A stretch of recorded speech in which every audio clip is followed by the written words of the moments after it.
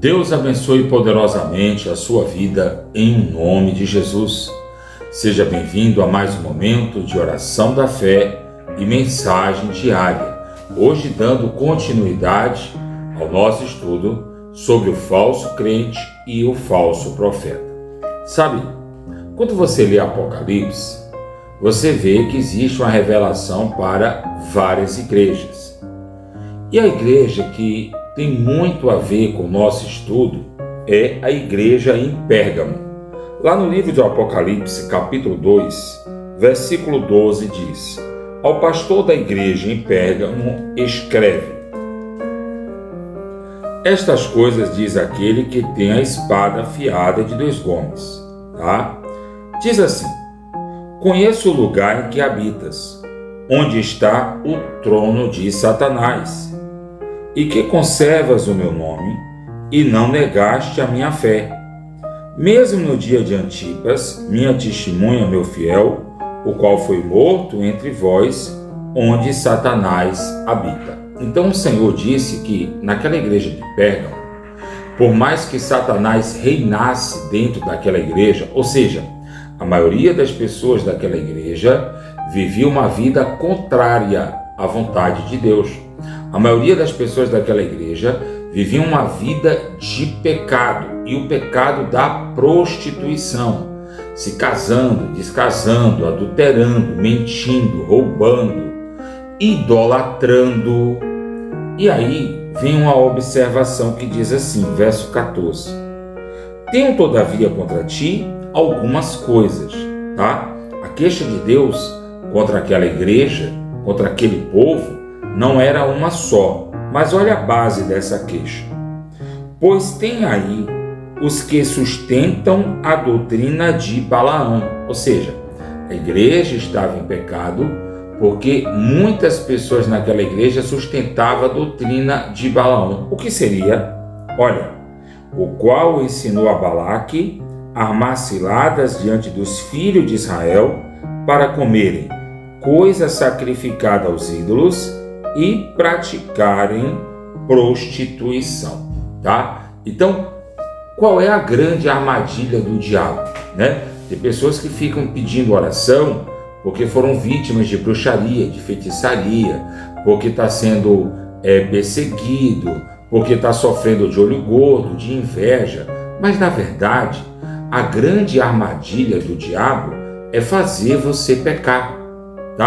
O diabo ele não pode destruir você, o diabo não pode lhe fazer mal se ele não conseguir fazer com que você mesmo se prejudique. E a única forma que você tem de se prejudicar é pecando. E aí o que é que acontece? O modismo gospel. Hoje, cada igreja tem a sua metodologia, a sua doutrina. Hoje as pessoas sustentam uma conversação que diz assim: todo caminho leva a Deus, e não é verdade. Jesus disse assim: eu sou o único caminho, verdade e vida, e ninguém vai chegar a Deus se não for por intermédio de Jesus. Jesus diz que para se chegar a Deus tem que ser obedecendo os ensinamentos que ele nos deu. Então, quando a igreja, quando o pastor, quando o crente, ele ensina algo diferente do que diz a palavra de Deus, é uma armadilha. E como é que o diabo trabalha? Eu venho com ensinamento, por exemplo, eu digo para você que não tem perigo você casar várias vezes. Eu digo para você que não tem perigo você adulterar, porque o cair é do homem, o levantar é de Deus. E aí muita gente começa a entrar nessa historiazinha de que você pode pecar desde que você peça perdão, porque Deus é amor, porque Jesus é o nosso advogado, quando na verdade as pessoas estão deturbando o que disse Jesus. Jesus ofereceu e oferece perdão, mas uma vez perdoado ele disse: vá e não peques mais. Jesus ele adverte: filhinhos, não pequeis. E qual é a grande armadilha, qual é a grande sacada do diabo? É incutir dentro da igreja, na vida dos crentes, na vida do povo de Deus, o pecado. Aí você deixa de dar o dízimo e diz assim: não, Deus sabe que eu não pude. Aí você se afasta da igreja e diz assim: não, eu estou orando em casa mesmo. Você começa a se afastar da presença de Deus e você começa a se auto-justificar, achando que Deus está aceitando isso com normalidade, e não está. E um dia a cobrança chega. A cobrança chegou para o rei Saul. Deus não ouviu mais as orações do rei Saul e o rei Saul morreu. A cobrança chega, e quando ela chega, você perde o benefício da misericórdia de Deus, porque o seu tempo de arrependimento acaba, e aí Satanás ele ganha poder sobre a sua alma. Então, meu conselho para você: se afaste do falso ensinamento, se afaste da falsa doutrina, não fique procurando o caminho fácil para agradar a Deus. Faça um exame de consciência no dia de hoje. Veja o que pode estar de errado na tua vida. Se arrependa e Deus, Ele vai te dar a vitória. Mas se você se arrepender do pecado, se você se arrepender daquilo que você está fazendo de errado diante de Deus, se você dá ouvidos à palavra de Deus e não às falsas doutrinas, e se apegar a Deus pela fé e pela obediência. Então observe que Deus foi contra a igreja em Pérgamo, porque a igreja em Pérgamo sustentava a doutrina de Balaão. E você?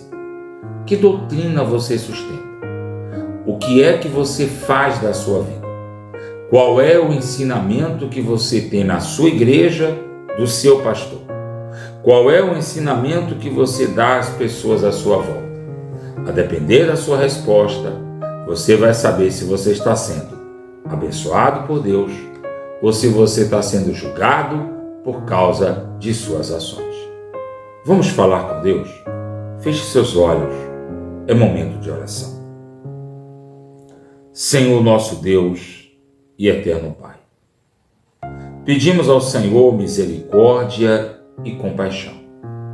Pedimos ao Senhor perdão pela nossa iniquidade, pelo nosso pecado. Lembra-te de nós, Senhor. Lembra-te de nós. E age em nosso favor. Nós te pedimos. Lembra-te de nós, Senhor, e perdoa o nosso pecado e a nossa iniquidade. Porque nós sabemos que precisamos nos apegar mais e mais ao Senhor. Nós sabemos que não vamos alcançar as bênçãos e as vitórias que vêm de Deus mentindo, fornicando, adulterando, sendo infiel. Nós sabemos que a única forma de sermos abençoados é ouvindo a tua voz e colocando em prática. Por isso, meu Deus, eu te peço, vê em cada um de nós, vê se há em nós um caminho mau. Vê se há em nós o caminho da desobediência, da rebeldia, e nos guia pelo caminho eterno, nos guia pelo caminho da obediência. Lembra-te de nós, ó Espírito Santo, para nos abençoar, para nos garantir a vitória que vem do Senhor. Se erramos, se pecamos contra ti, nos perdoa. Se alguém nos ensinou alguma coisa contrária à tua vontade, e é assim que estamos vivendo, meu Deus, abre os nossos olhos, endireita os nossos caminhos, para que a nossa oração seja ouvida, para que o nosso clamor seja ouvido. Endireita os nossos caminhos, para que a nossa família seja abençoada. Meu Deus amado e meu Pai, eu te peço pelas famílias desse canal. Eu te peço por cada pessoa que me acompanha através desse canal. Eu te peço, meu Deus, por cada familiar, por cada ente querido de cada um deles. onde quer que estejam. Meu Deus amado, que essas pessoas que têm me acompanhado através do canal, sejam elas abençoadas, sejam elas alcançadas pelo Senhor, em nome de Jesus. Eu te clamo, meu Pai, por essas pessoas que não estavam recebendo a mensagem pelo WhatsApp, que não estavam, meu Deus, conseguindo acompanhar, mas que agora voltaram a receber.